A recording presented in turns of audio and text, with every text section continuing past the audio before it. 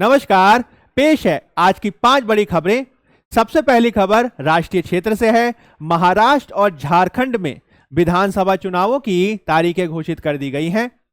निर्वाचन आयोग के अनुसार महाराष्ट्र में एक चरण में चुनाव होगा, जिसके लिए मतदान 20 नवंबर को होगा।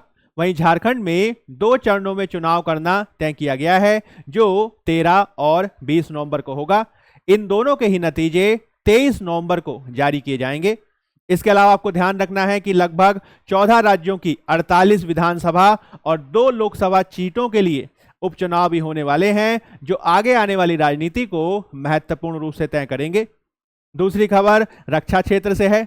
भारत और अमेरिका के बीच 31 यानी 31 प्रीडेटर ड्रोन को खरीदने के लिए एक रक्षा सौदा संपन्न किया गया है, जिसका कुल मूल्य लगभग 32,000 करोड़ रुपए है। आपको ध्यान रखना है, ये जो प्रीडेटर ड्रोन है, इनको MQ-9B हंटर किलर के नाम से भी जाना जाता है, जो अमेरिका के MQ-9 रीपर ड्रोन का एक वेरिएंट है। ये जो ड्रोन है वो तीनों सेनाओं को दिए जाएंगे और इसके मेंटेनेंस और रिपेयरिंग के लिए फैसिलिटी भारत में ही विकसित की जाएगी। आपको ध्यान रखना है कि ये जो ड्रोन है वह किसी भी रूप में लड़ाकू विमानों से कम नहीं है और एक ड्रोन लगभग 2000 वर्ग किलोमीटर के क्षेत्र की निगरानी कर सकता है। तीसरी जो खबर है वह मणिपुर हिंसा के संदर्भ में है। मणिपुर में हिंसा को रोकने के लिए कुकी, मैतेई और नागा समुदाय के नेताओं और विधायकों की बैठक दिल्ली में संपन्न हुई है। यह जो बैठक है वह गृह मंत्रालय के द्वारा बुलाई गई। हालांकि इसमें गृह मंत्री अमित शाह और मणिपुर के सीएम एन बीरेन सिंह शामिल नहीं हुए।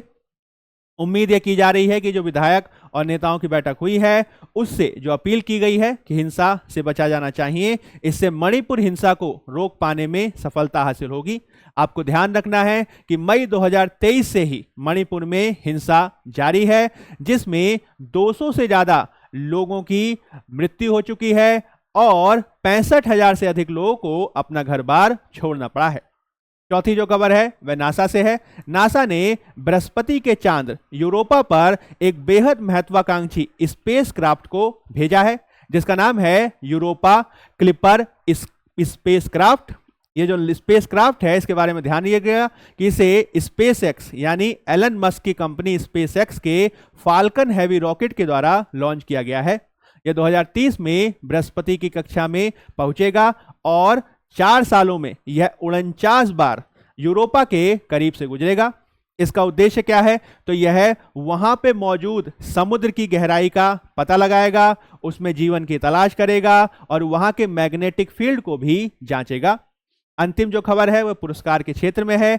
इसरो अध्यक्ष एस सोमनाथ को IAF का अवार्ड दिया गया है, जिसका नाम है वर्ल्ड स्पेस अवार्ड। IAF यानी इंटरनेशनल एस्ट्रोनॉमिकल फेडरेशन। यह जो है अवार्ड उनको दिया गया है चंद्रयान 3 की उपलब्धि के लिए। धन्यवाद।